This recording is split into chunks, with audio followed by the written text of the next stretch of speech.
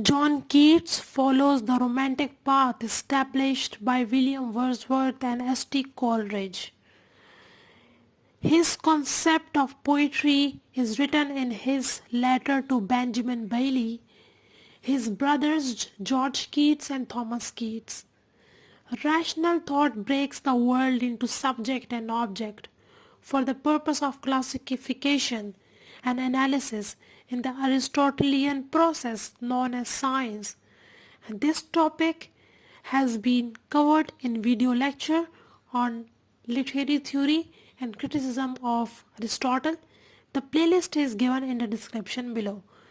So coming back to the topic, sensations, empathetic experience and poetry, however, breaks down the boundaries between subject and object and insists on the interplay between the two. Poetry and science and empathy and reason are incompatible and oppositional for Keats. Keats says that a poet must possess a quality which he calls negative capability. And what's that negative capability? It's an ability to stay in and be comfortable with uncertainties, indeterminacies, mysteries, doubts, without needing to find any resolution or certainty.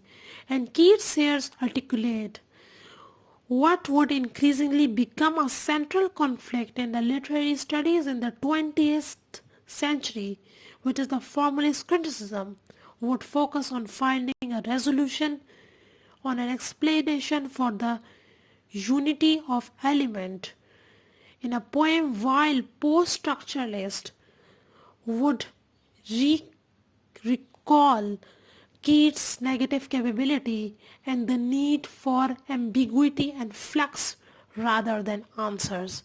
So the video ends here.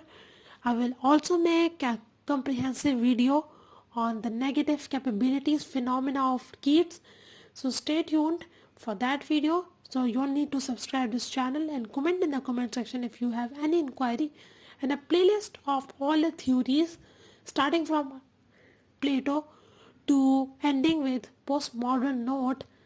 So you have to check the playlist in the description, and thanks for watching.